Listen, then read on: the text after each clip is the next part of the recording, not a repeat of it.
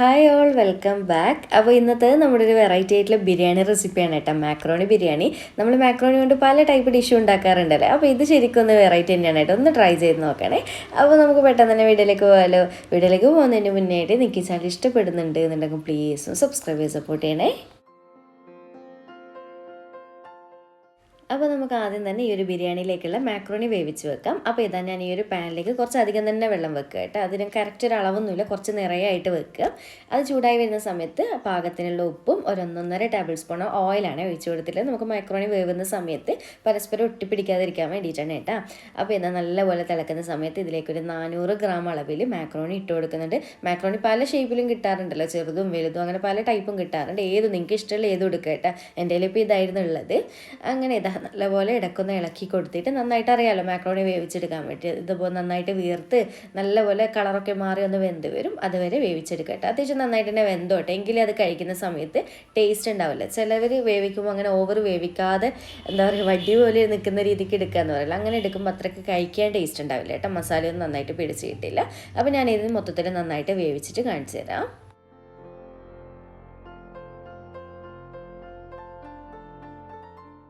അങ്ങനെ ഇത് നമ്മുടെ മാക്രോണി നോക്കി അത്യാവശ്യം നന്നായിട്ട് വെന്തിട്ടുണ്ട്, കളറൊക്കെ മാറി ഒന്ന് വീർത്തങ്ങ് സെറ്റായിട്ടുണ്ട് കേട്ടോ. അപ്പോൾ ഇത്രയേ ഉള്ളൂ. ഇനിയിപ്പോൾ ഇതെന്താ ചെയ്യേണ്ടതെന്ന് വെച്ചാൽ ഒരു അരിപ്പയിൽ കൂടി അരിച്ച് വെക്കുക. എന്നിട്ട് അരിച്ചതിന് ശേഷം അതിൻ്റെ മുകളിലായിട്ട് കുറച്ച് പച്ചവെള്ളം കൂടി ഒന്ന് ഒഴിച്ച് കൊടുക്കണേ. അപ്പോൾ ഇതൊരു സൈഡിലേക്ക് മാറ്റി വെക്കാം. ഇനിയിപ്പോൾ ഇതിലേക്കുള്ള ചിക്കൻ ഇതാ ഞാനിവിടെ ഫ്രൈ ചെയ്യുന്നുണ്ട് കേട്ടോ.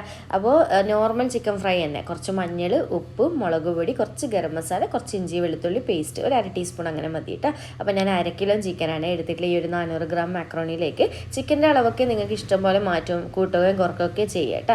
പിന്നെ ബോൺലെസ് ആയിട്ട് ചിക്കൻ എടുക്കണമെന്നുണ്ടെങ്കിൽ അങ്ങനെ എടുക്കുക. ഞാനിപ്പോൾ എല്ലോട് കൂടിയിട്ട് തന്നെ എടുത്തില്ല, അതാണ് ഒന്നുകൂടി ടേസ്റ്റ്.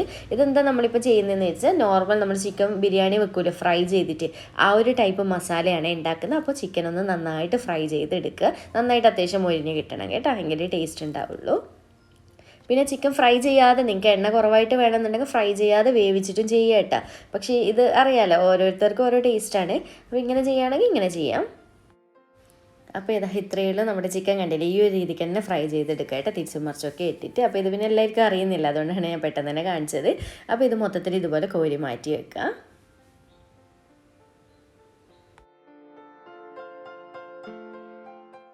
ഇനിയിപ്പോൾ നമ്മൾ ചിക്കൻ ഫ്രൈ ചെയ്ത് സെയിം എണ്ണയിലേക്ക് 1 ടേബിൾ സ്പൂൺ നിറയെ നെയ്യും കൂടി ചേർക്കുന്നുണ്ട് കേട്ടോ. അതുപോലെ തന്നെ ചിക്കൻ ഫ്രൈ ചെയ്ത എണ്ണ കൂടുതലായിട്ട് ഉണ്ട് എന്നുണ്ടെങ്കിൽ കുറച്ച് കോരി മാറ്റി വെക്കണം. എൻ്റെ ഇതിപ്പോൾ അങ്ങനെ ഓവറായിട്ടില്ലല്ലോ.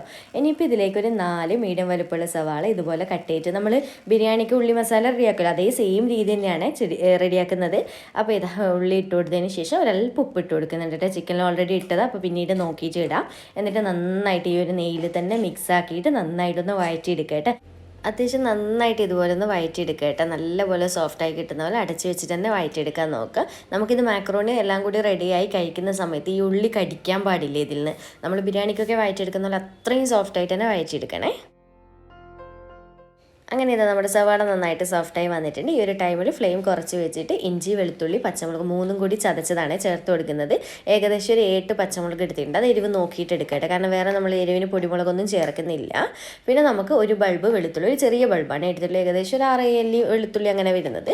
പിന്നെ ഒരു കുഞ്ഞു പീസ് അളവിൽ ഇഞ്ചി മതിയിട്ട്. ഇഞ്ചി വെളുത്തുള്ളി ഓവറായിട്ട് കൂടണ്ട, അപ്പോൾ ഭയങ്കര കുത്തലുണ്ടാവും. മാക്രോണി അല്ലേ, നമ്മൾ റൈസ് കൊണ്ട് ചെയ്യുന്നതല്ലല്ലോ, അതുകൊണ്ട് തന്നെ. എന്നിട്ട് അത് നന്നായിട്ട് വഴറ്റിയെടുത്തിട്ട് അതിൻ്റെ ഒരു പച്ച ടേസ്റ്റും കാര്യങ്ങളൊക്കെ മാറിയതിന് ശേഷം ഇതിലേക്ക് 2 വലിയ തക്കാളി, നല്ല പഴുത്ത തക്കാളി നോക്കിയിട്ട് ഇട്ട് കൊടുത്തിട്ട് ചെറുതായിട്ട് കട്ട് ചെയ്തിട്ട് ഇട്ട് കൊടുക്കുക. എന്നിട്ട് നന്നായിട്ട് മിക്സ് ആക്കിയിട്ട് ഒന്ന് അടച്ച് വെച്ച് കൊടുക്കുന്നുണ്ട് കേട്ടോ. തക്കാളി നല്ലപോലെ വാടി വരണം.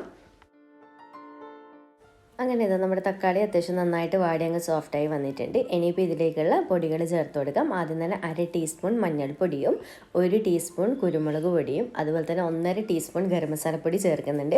ഗരം മസാലപ്പൊടിയാണ് കേട്ടോ ഈ ഒരു ബിരിയാണി മസാലയിൽ അറിയാലോ നമുക്ക് പൊതുവെ മെയിനായിട്ട് വേണ്ടുന്നത്.